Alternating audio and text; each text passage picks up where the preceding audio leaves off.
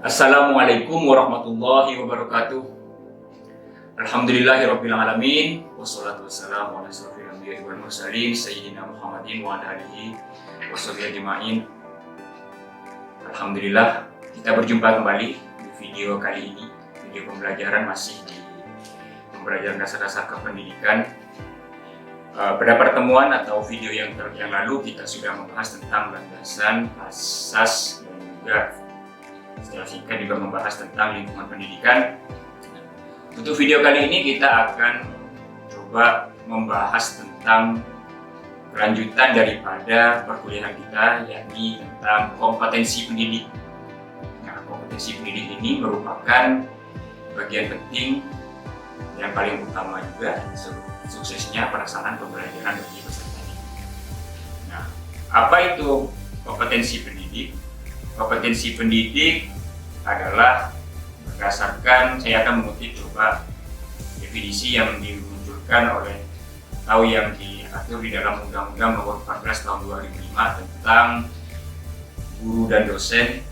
Pada pasal 1 ayat 10 diungkapkan bahwa kompetensi pendidik tersebut adalah seperangkat pengetahuan, keterampilan, dan perilaku yang harus dimiliki, dihayati, dan dikuasai oleh guru dalam melaksanakan tugas keprofesionalan. Nah, di Undang-Undang Nomor 14 Tahun 2005 tentang guru dan dosen pada pasal 1 ayat 10 itu dilanjutkan bahwa kompetensi yang dimaksud adalah minimal seorang guru itu memiliki 4 kompetensi. Yang pertama adalah meliputi kompetensi pedagogik, kemudian kompetensi kepribadian, dan selanjutnya adalah kompetensi sosial, dan kemudian yang terakhir adalah kompetensi profesional. Nah, kompetensi ini dapat ditempuh ataupun dapat kita penuhi melalui jalur pendidikan profesi. Nah, kemudian beberapa petunjuk teknis tentang kompetensi menjadi seorang guru ini diatur dalam Permendiknas atau Peraturan Menteri Pendidikan Nasional Nomor 35 Tahun 2010 tentang petunjuk teknis pelaksanaan jabatan fungsional guru dan akademiknya itu pada pasal 4, dan peraturan ini mulai diberlakukan secara resmi pada tanggal 1 Januari tahun 2013.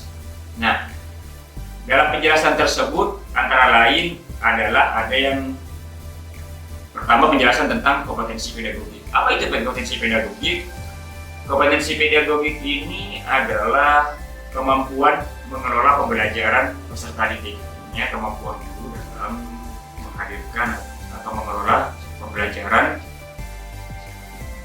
pembelajaran di kelas maupun pembelajaran yang dibutuhkan oleh peserta didik.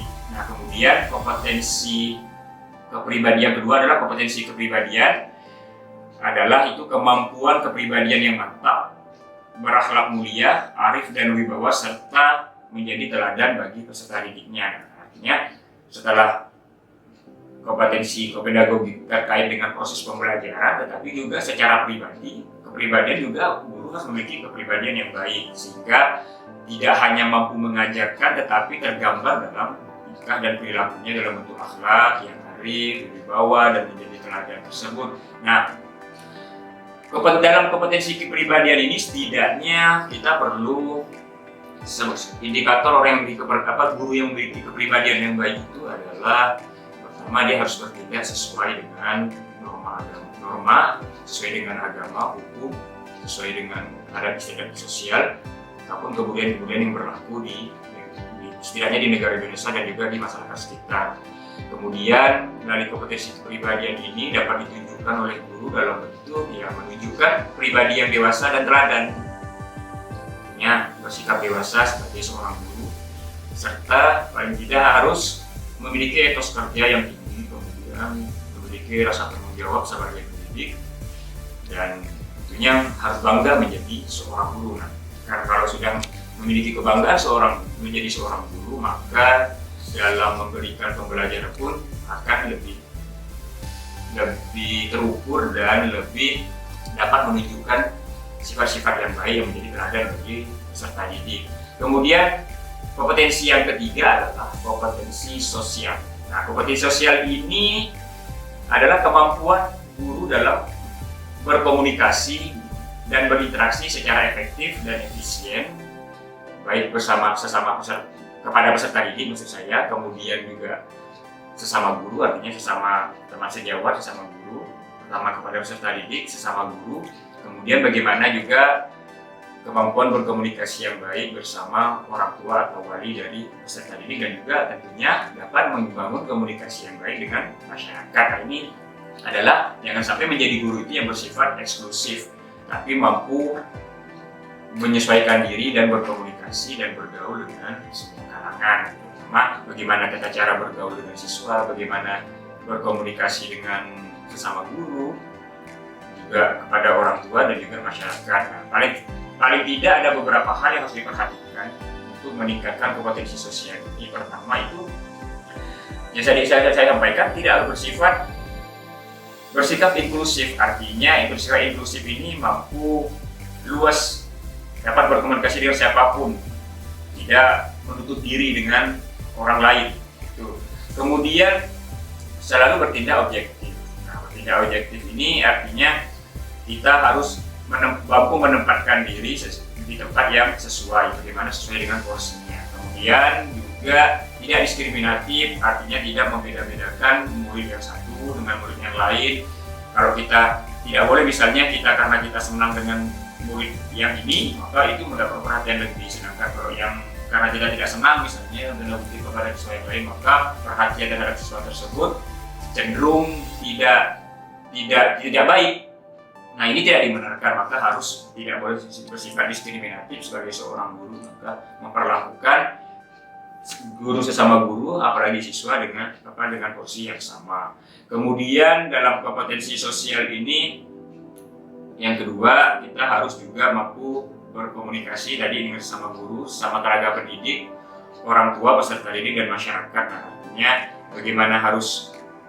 artinya harus juga melihat peran-peran dari orang tua dan masyarakat di dalam pendidikan ini perlu. Makanya tidak boleh kita mengabaikan peran-peran dari mereka, sehingga komunikasi yang baik selalu terjalin pada komponen-komponen tersebut seperti masyarakat, orang tua, dan sebagainya. Kemudian kompetensi yang keempat adalah ini juga sangat penting, ini yang sangat terpenting sekali juga, tidak boleh kita abaikan, yaitu kompetensi profesional.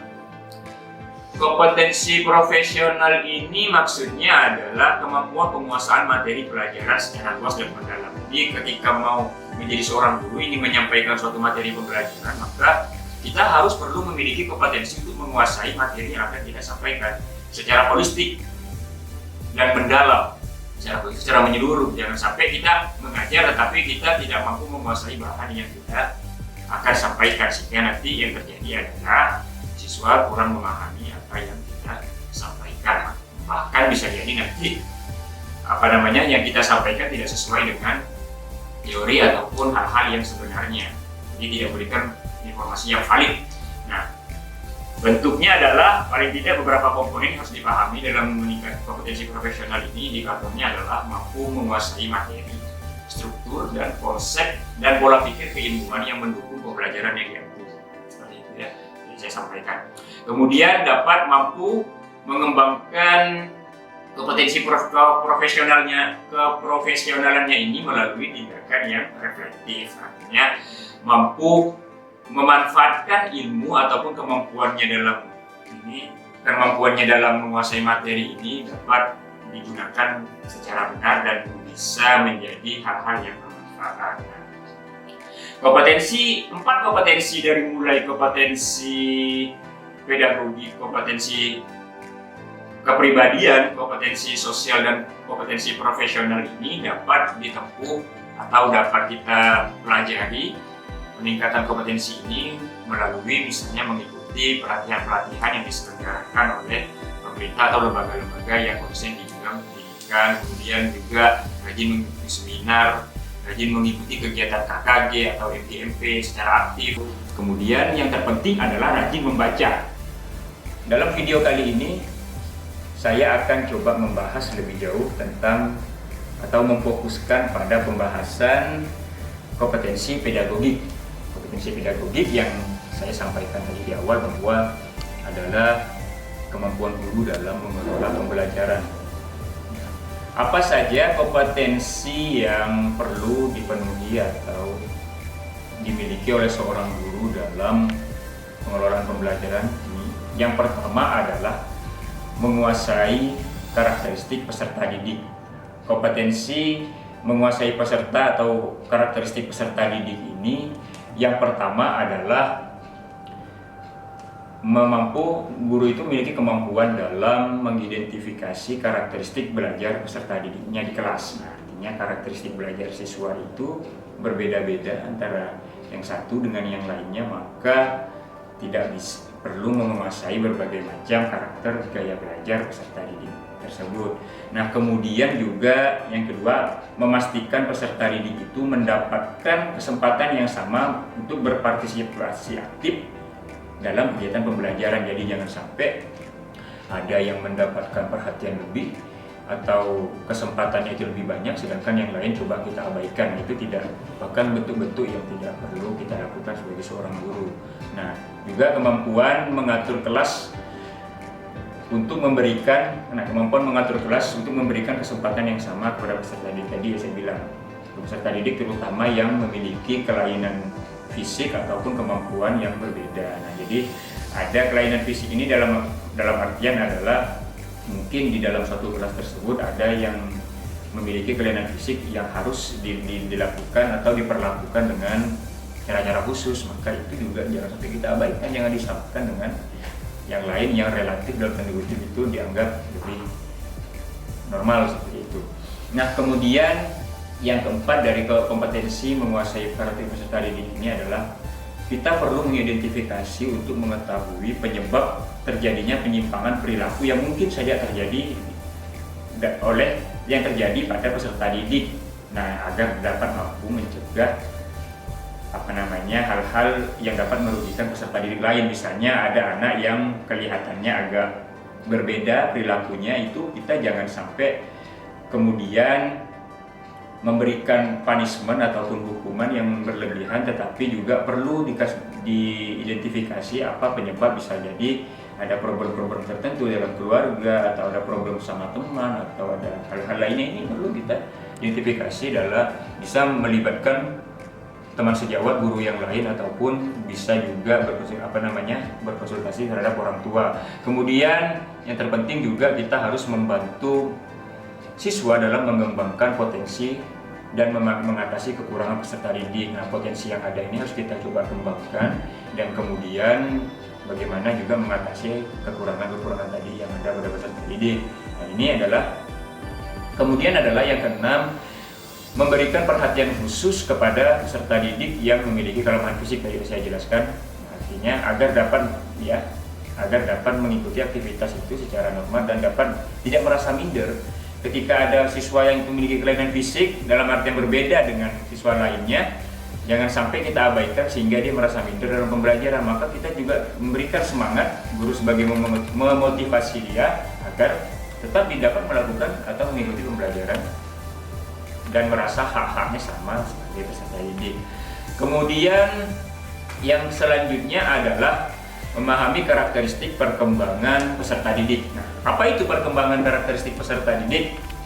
Karakteristik perkembangan peserta didik yang pertama, kita perlu memahami yang namanya perkembangan fisik dan motorik. Nah, setiap siswa itu berbeda fisiknya, ada yang meskipun sama-sama kelas 1 SMP misalnya, tetapi bisa jadi dia badannya udah sama kayak anak aliyah atau bahkan ada yang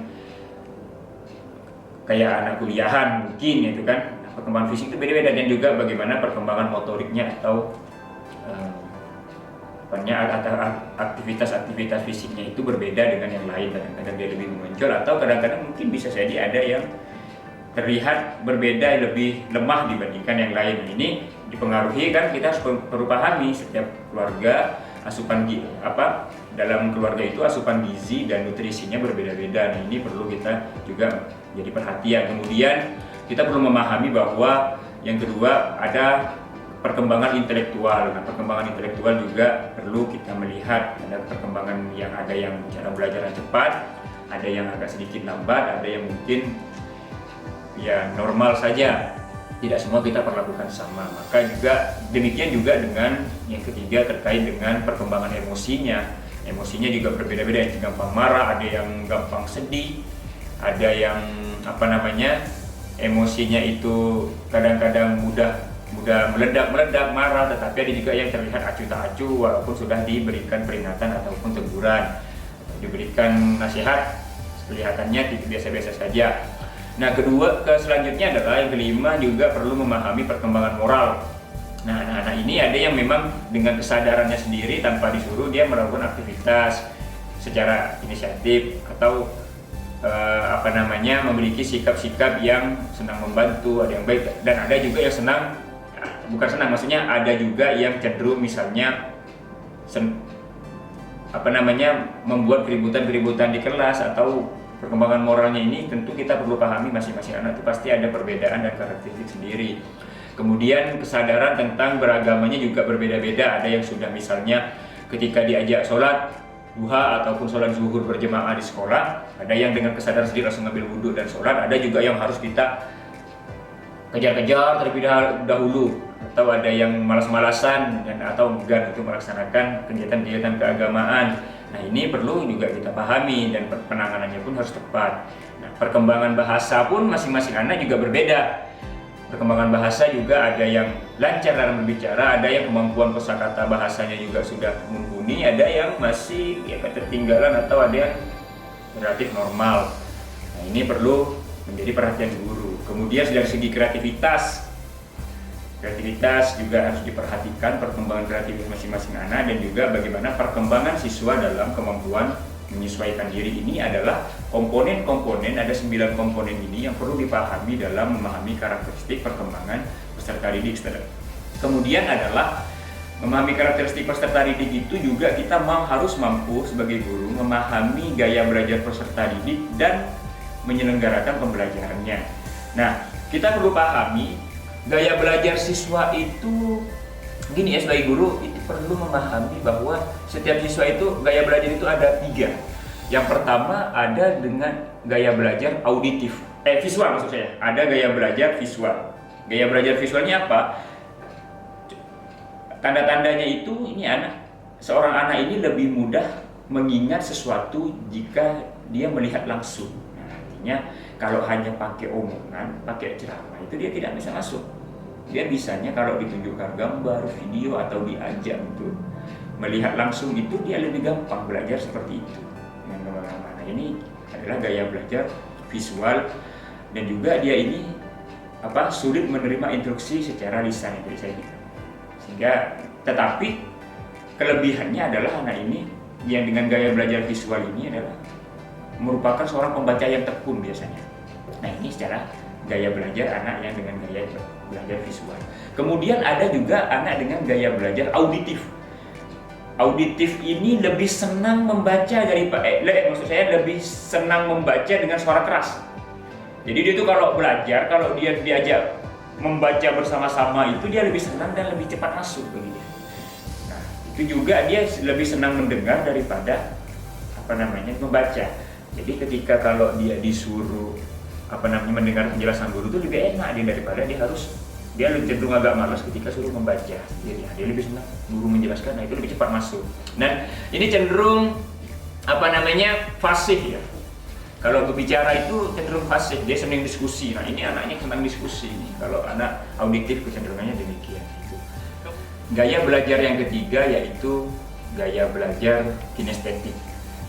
Gaya belajar kinestetik ini tanda-tandanya adalah seorang anak itu lebih sering menggunakan gerakan fisiknya, artinya belajar melalui praktek langsung. Biasanya itu perkembangan ototnya itu lebih baik daripada siswa yang lain. Nah, kemudian ketika melaksanakan pembelajaran dengan cara menghafal, dia itu lebih senang ketika menghafal dengan mempraktikkan secara langsung. Nah, kalau anak-anak ini disuruh membaca peta misalnya, itu dia akan sangat kesulitan kalau dia tidak pernah mengalami langsung peta lokasi, misalnya diberikan peta lokasi, tetapi kalau dia tidak pernah mengalami secara langsung wilayah yang ditunjukkan dalam peta, dia akan sangat sulit memahami. Tapi ketika dia pernah melewati itu, dia akan cepat memahami atau membaca daripada denah atau peta yang diberikan. Kemudian dia tidak betah kalau ketika berdiam diri di satu tempat dengan waktu yang lama. Senangnya artinya kesana kemari. Sederhananya seperti itu, senang bermain ke sana kemari, jadi tidak betah disuruh duduk aja seperti itu belajar. Itu dia akan cenderung melakukan gerakan-gerakan lain ataupun melakukan aktivitas lain daripada hanya sekedar duduk di satu tempat dalam waktu yang lama. Nah, umumnya kadang-kadang tulisannya relatif kurang bagus, tulisan tangannya itu seperti itu. Nah, kemudian kompetensi itu adalah daripada kompetensi yang harus dikembangkan dalam menguasai karakteristik peserta didik. Kompetensi pedagogi yang kedua adalah menguasai teori belajar dan prinsip pembelajaran yang mendidik. Nah, indikator seorang guru dalam menguasai teori belajar ini, yang pertama, dia itu harus mampu memberikan kesempatan kepada peserta didik untuk menguasai materi pembelajaran tersebut sesuai dengan usia dan kemudian kemampuan belajarnya dengan menerapkan proses pembelajaran yang bervariasi. Artinya ini adalah sebagai seorang guru harus mampu menguasai materi pembelajaran tersebut dan memberikan materi kepada peserta didik sesuai dengan usia dan perkembangannya. Kemudian indikator yang selanjutnya adalah memastikan tingkat pemahaman peserta didik terhadap suatu materi pembelajaran yang disampaikan ini sebagai bahan untuk aktivitas pembelajaran selanjutnya. Nah, artinya memastikan bagaimana kemampuan ketika mengikuti pelajaran hari ini dan itu menjadikan bahan untuk pada proses pembelajaran selanjutnya. Ini adalah indikator kemampuan dalam memahami teori belajar.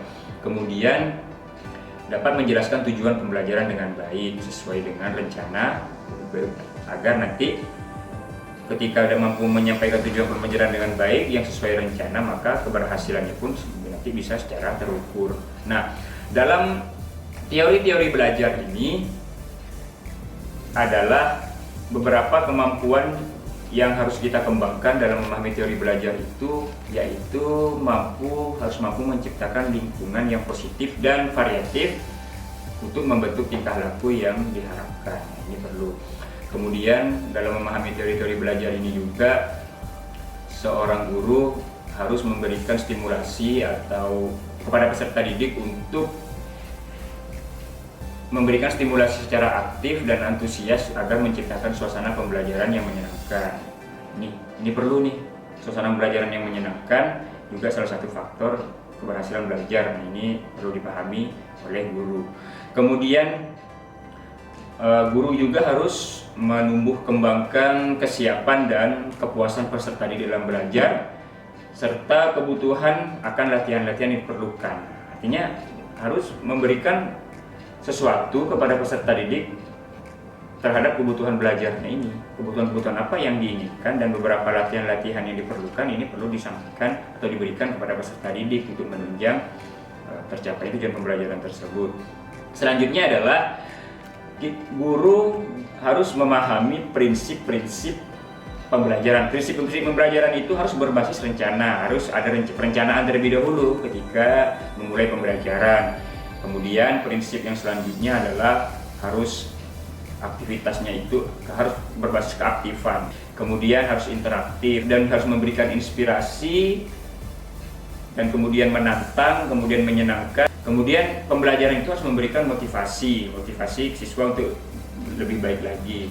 Dan pembelajaran yang baik juga harus menumbuhkan kreativitas, kemandirian, rasa tanggung jawab, dan harus juga mengembangkan minat dan bakat. Dan pembelajaran juga harus memiliki karakter. Jadi karakter yang dimaksud adalah karakteristik pembelajarannya itu sesuai dengan tujuan. Jadi jangan sampai belajar tetapi tanpa ada karakteristik tertentu sehingga dalam proses pembelajaran tidak memiliki tujuan yang jelas.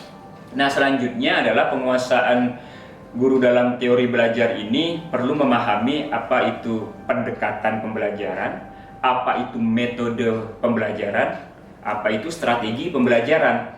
Nah, pendekatan pembelajaran ini contohnya adalah seperti pembelajarannya itu harus diarahkan melalui pendekatan yang berbasis kreativitas, pendekatan kemandirian. Nah, pendekatan ini adalah kemudian kita bentuk untuk mencapai tujuan yang misalnya kreativitas atau kemandirian ini harus melalui beberapa strategi misalnya mengedepankan strategi contohnya contextual learning, cooperative learning, dan beberapa strategi lainnya. Kemudian metode belajar juga penting. Metode belajar ini adalah bagaimana untuk untuk menjalankan strategi butuh metode. Strategi pembelajaran ini menggunakan misalnya metode diskusi, metode eksperimen, metode demonstratif, dan ceramah. Nah, ini terkait dengan pendekatan strategi dan metode ini tentu kita akan nanti perdalam di mata kuliah, misalnya nanti pengembangan strategi pembelajaran yang akan kalian dapatkan di semester selanjutnya secara detail. Nah, kemudian pada kompetensi pedagogik selanjutnya adalah kompetensi pengembangan kurikulum. Nah, kemampuan pengembangan kurikulum itu apa saja? Yang pertama adalah kemampuan guru dalam menyusun RPP atau rencana pelaksanaan pembelajaran. RPP ini harus sesuai dengan silabus dan kurikulum yang ditetapkan di sekolah. Nah, yang kedua adalah yang di kemampuan dalam pengembangan kurikulum ini menyampaikan materi pembelajaran itu harus bisa dengan lancar dan juga lengkap. Artinya penguasaan materinya juga harus baik. Kemudian indikator indikator kemampuan pengembangan kurikulum itu juga yang ketiga mampu menyesuaikan diri atau menyesuaikan materi, mampu menyesuaikan materi itu sesuai dengan usia anak. Artinya kalau usia SD misalnya atau usia SMP, kira-kira materinya itu disesuaikan dengan tingkat perkembangan atau kemampuannya, seperti itu ya. Kemudian kemampuan dalam pengembangan kurikulum ini juga maksudnya yang keempat adalah kemampuan untuk menghubungkan materi-materi yang diajarkan itu dengan lingkungan kehidupan sehari-hari. Jadi jangan sampai materi yang disampaikan ini tidak ada sedikit pun hubungannya atau kita kurang mampu menghubungkan antara teori-teori yang kita sampaikan dengan kehidupan sehari-hari siswa, sehingga terkesan nanti tidak memiliki manfaat sama sekali apa yang kita ajarkan. Kemudian dalam mengajarkan materi ajar ini juga diperlukan mengajarkan sesuatu yang terbaru, artinya yang mutakhir. Jadi jangan sampai teori-teori yang lama yang tidak relevan lagi tetap kita sampaikan, tetapi usahakan boleh kita mengambil referensi lama, tetapi juga harus ada pengembangan terbaru yang lebih mutakhir, sehingga apa yang kita sampaikan itu adalah artinya berbasis dengan kebutuhan dan yang paling terbaru, misalkan berbagai riset melalui jurnal dan sebagainya. Nah, yang selanjutnya adalah kegiatan pembelajaran ini kan mencakup berbagai tipe belajar peserta didik. Nah, ini yang harus kita pahami. Selanjutnya adalah kemampuan mengembangkan atau kemampuan keterampilan peserta didik ini harus kita kembangkan seperti kreativitas, berpikir kritisnya, berpikir inovatif, dan juga berbasis pemecahan masalah dan lain sebagainya. Kemudian mampu menjelaskan hasil belajar untuk mengembangkan topik pembelajaran selanjutnya. Indikator pedagogik yang keempat yakni adalah kemampuan guru untuk menghadirkan kegiatan pembelajaran yang mendidik. Nah, yang pertama, kegiatan yang pembelajaran yang mendidik ini yakni mampu melaksanakan pembelajaran sesuai dengan rancangan yang telah disusun tadi. Nah, selanjutnya, aktivitas yang dilaksanakan ini juga membantu proses belajar beserta jangan sampai pembelajaran itu sama sekali tidak memberikan aktivitas pembelajaran yang mendidik. Nah, selanjutnya adalah kemampuan guru dalam mengkomunikasikan informasi baru sesuai dengan tingkat usia dan kemampuan belajar peserta didik tadi yang disampaikan. Yang selanjutnya juga yang penting untuk dipahami untuk menghadirkan kegiatan pembelajaran mendidik, yaitu dalam menyikapi proses pembelajaran, misal tidak melulu hanya soal koreksi, tetapi juga setiap proses pembelajaran apa yang diungkapkan oleh siswa itu kita anggap sebagai suatu proses pembelajaran. Misalnya begini ya, seorang peserta didik mengungkapkan jawaban ataupun mengungkapkan pertanyaan itu, kegiatan yang mendidik yang bisa kita lakukan misalnya tidak langsung kita melakukan konfirmasi, tetapi coba memberikan kesempatan kepada siswa lain untuk mengungkapkan pendapatnya. Misalnya ada salah satu orang siswa bertanya tentang sesuatu atau memberikan pendapatnya tentang suatu materi yang kita sampaikan. Jadi tidak langsung kita melakukan penjelasan, memberikan penjelasan terhadap apa yang diungkapkan, tapi coba memberikan kesempatan pada siswa lain dulu. Misalnya ada yang ingin coba menjelaskan apa yang diungkapkan temannya, ada yang mau menjelaskan misalnya anak-anak apa yang diungkapkan oleh pertanyaan dari kawannya. Nah, setelah siswa mengungkapkan pendapatnya masing-masing, beberapa siswa kita minta baru kita melakukan konfirmasi atau pembulatan dalam pembelajaran terhadap apa yang disampaikan tersebut. Nah, selanjutnya juga perlu kita menghadirkan pembelajaran yang variatif dengan tetap memperhatikan alokasi waktu. Jadi kita setting ingin kreativitasnya, misalnya kreatif pembelajarannya, tetapi kita tidak memperhatikan alokasi waktu. Bisa saja materinya itu justru terlalu singkat sehingga banyak waktu yang tidak kita manfaatkan, atau terlalu lebih sehingga tidak tercapailah tujuan pembelajaran tersebut. Nah, kemudian kemampuan mengelola kelas secara efektif ini juga perlu, agar maksudnya adalah guru itu jangan terlalu memberi dominan, artinya siswa itu hanya diminta untuk mendengarkan apa yang kita sampaikan saja. Nah, jadi jangan sampai guru itu terkesan hanya mendominasi kelas dan menyibukkan diri dengan aktivitasnya, sedangkan siswa hanya disuruh duduk dan mendengarkan. Ini juga bukan merupakan cara-cara pembelajaran mendidik. Kalau pembelajaran mendidik itu artinya ya kita memberikan kesempatan siswa untuk belajar secara aktif. Nah, selanjutnya adalah memberikan kesempatan peserta didik untuk banyak bertanya, mempraktikkan, dan berinteraksi dengan peserta didik lain. Jadi artinya ada aktivitas yang memungkinkan, misalnya melalui metode diskusi ataupun diberikan suatu tema yang kemudian dia bisa berinteraksi dengan teman lainnya untuk memecahkan masalah-masalah yang kita berikan. Nah, seperti itu.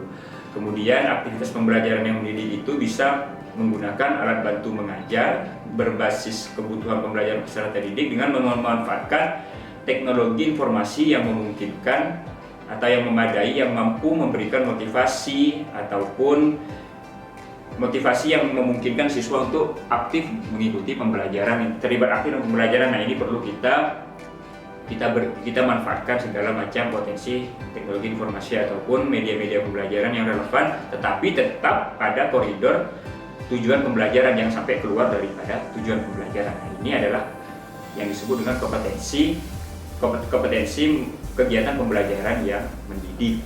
Nah, kompetensi pedagogik yang kelima, yakni adalah kemampuan guru dalam melakukan pengembangan terhadap potensi peserta didik. Nah, kemampuan pengembangan guru dalam pengembangan potensi peserta didik ini indikatornya yang pertama, artinya guru mampu menganalisis hasil belajar dari berbagai bentuk penilaian, apakah itu penilaian normatif, sumatif, dan lain sebagainya, itu yang artinya guru memanfaatkan hasil belajar tersebut untuk menilai kemajuan dan tingkat perkembangan peserta didik. Artinya ketika melihat hasil belajar tidak hanya sekedar dimanfaatkan untuk memberikan nilai berupa angka-angka itu, tetapi juga bisa dimanfaatkan untuk menilai apakah potensi dan perkembangan peserta didik itu sampai sejauh mana.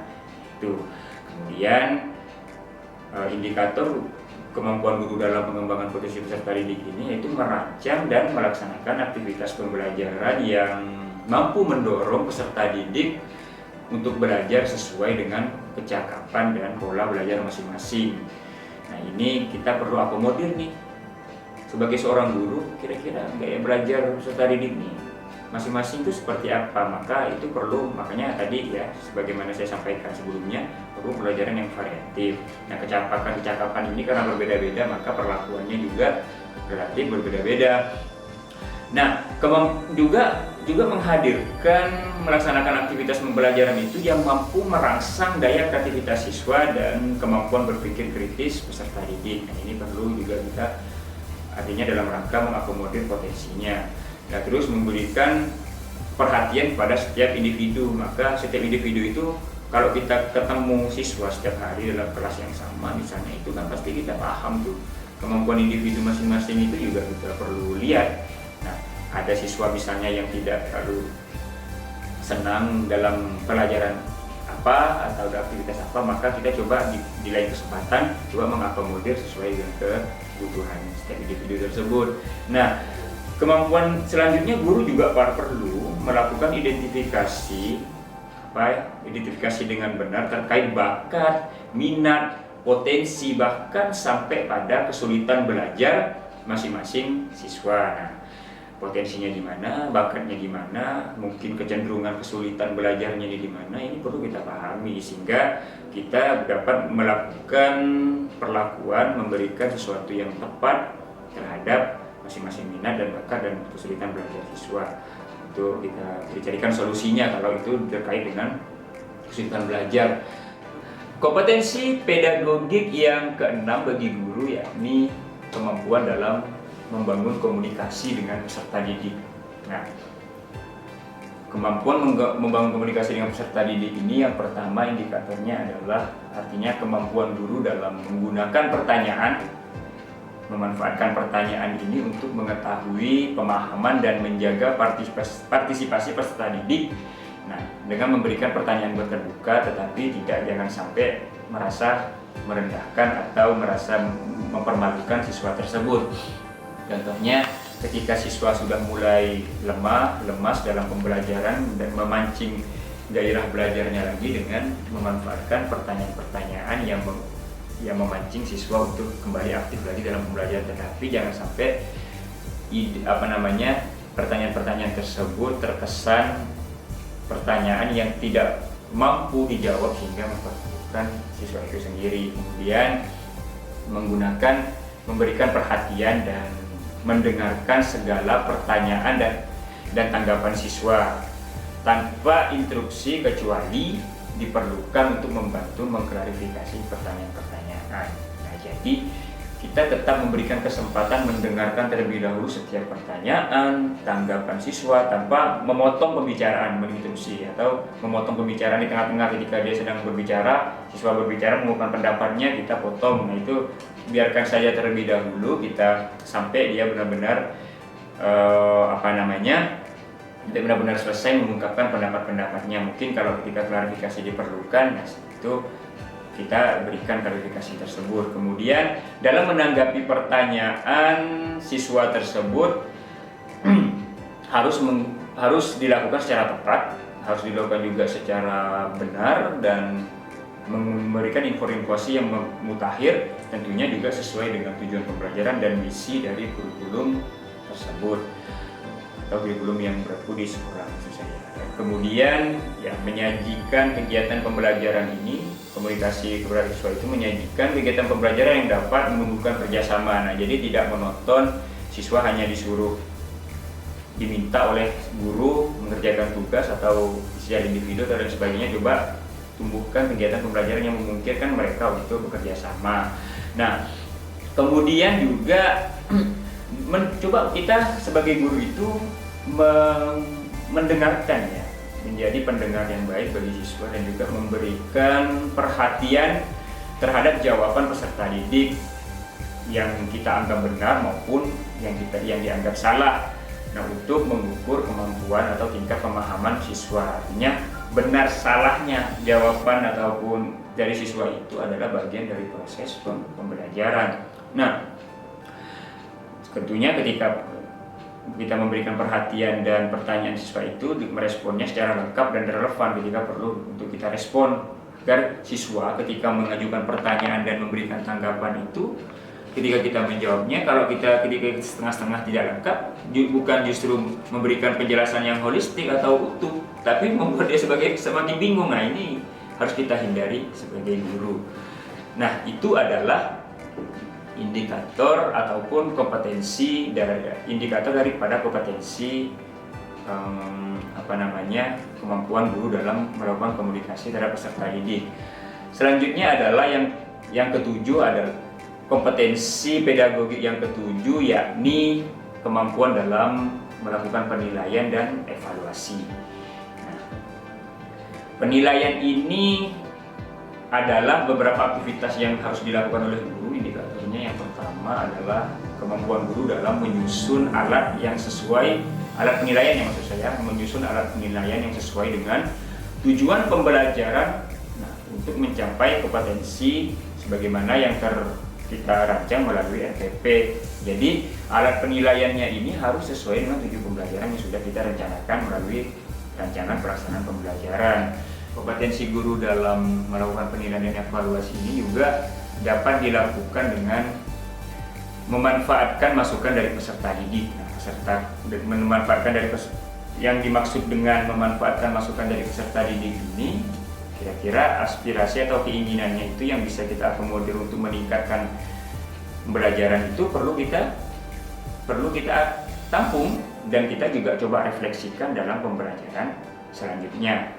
Ini juga penting, jadi penilaian tidak hanya bersumber dari atau konsisten evaluasi dari guru, tetapi siswa juga perlu kita dengarkan keinginannya, walaupun tidak semua keinginan harus kita akomodir, tapi hal-hal yang kemudian relevan dengan pembelajaran atau dengan tujuan pembelajaran atau tujuan kurikuler yang ingin ditempuh, itu juga perlu kita pertimbangkan. Nah, kemudian juga dalam memanfaatkan hasil penilaian ini juga sebagai bahan penyusunan rancangan pembelajaran yang dilakukan selanjutnya. Nah, setelah kita mendapatkan hasil evaluasi, nah, kita akan menentukan bagaimana langkah pembelajaran selanjutnya. Jadi seperti bagaimana saya sampaikan di awal, tidak hanya di hasil penilaian dan evaluasi ini bukan hanya untuk memberikan penilaian-penilaian secara akademis yang tadi berupa angka-angka, tetapi juga dilakukan untuk penilaian proses pembelajaran, untuk perbaikan-perbaikan pembelajaran di setiap pertemuan pembelajaran tersebut.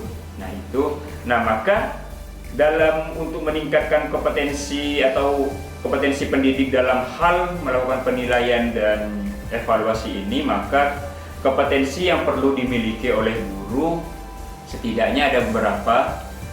Yang pertama, ini artinya guru harus memiliki kemampuan dalam memahami pengertian terkait dengan apa itu pengukuran, apa itu penilaian dan evaluasi dalam pembelajaran. Dan kemudian juga kita sebagai guru juga perlu memahami prinsip dan syarat penilaian dan evaluasi dalam pembelajaran tersebut. Kemudian juga kita perlu memahami pengertian, tujuan, fungsi, sasaran, ruang lingkup, jenis, dan juga teknik maupun prosedur dalam evaluasi pembelajaran. Itu juga penting untuk kita pahami. Nah, juga kita penting juga sebagai seorang guru memahami terkait dengan sistem penilaian atau asesmen otentik yang sesuai dengan tuntutan kurikulum. Nah, selanjutnya juga kompetensi dalam rangka meningkatkan kemampuan kita dalam melakukan penilaian dan evaluasi pembelajaran ini juga perlu memahami atau memiliki kemampuan dalam menyusun program remedial dan pengayaan sebagai tindak lanjut dari hasil evaluasi pembelajaran.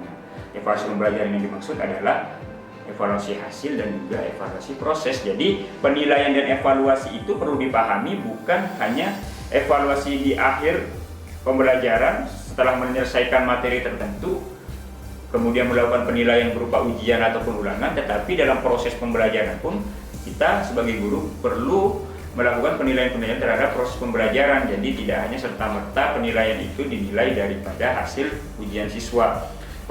Guru pun perlu mengevaluasi atau memberikan penilaian terhadap kegiatan pembelajaran yang telah dilaksanakan. Nah, demikian video kali ini penjelasan saya tentang kompetensi guru, khususnya pada kompetensi pedagogik. Semoga apa yang telah saya jelaskan, apa yang telah saya ungkapkan dari awal tadi bermanfaat bagi kita semua sebagai guru, terutama atau juga khususnya calon guru dalam yang akan menjalankan keprofesiannya sebagai guru agar dapat melaksanakan pembelajaran di kelas, khususnya pada pendidikan formal ini di sekolah itu dengan baik dan sesuai dengan tujuan pembelajaran yang dirancang. Nah, khusus bagi mahasiswa, saya berharap untuk melakukan pendalaman materi, saya akan coba membantunya dengan instrumen ataupun lembar kerja yang bisa kita menjadi acuan bagi siswa untuk melakukan pendalaman materi. Yang juga yang terpenting adalah banyak melakukan diskusi dan juga membaca buku, jurnal ataupun sumber-sumber lainnya yang relevan untuk peningkatan kompetensi kita dalam menjalankan profesi sebagai guru agar menjadi guru yang profesional.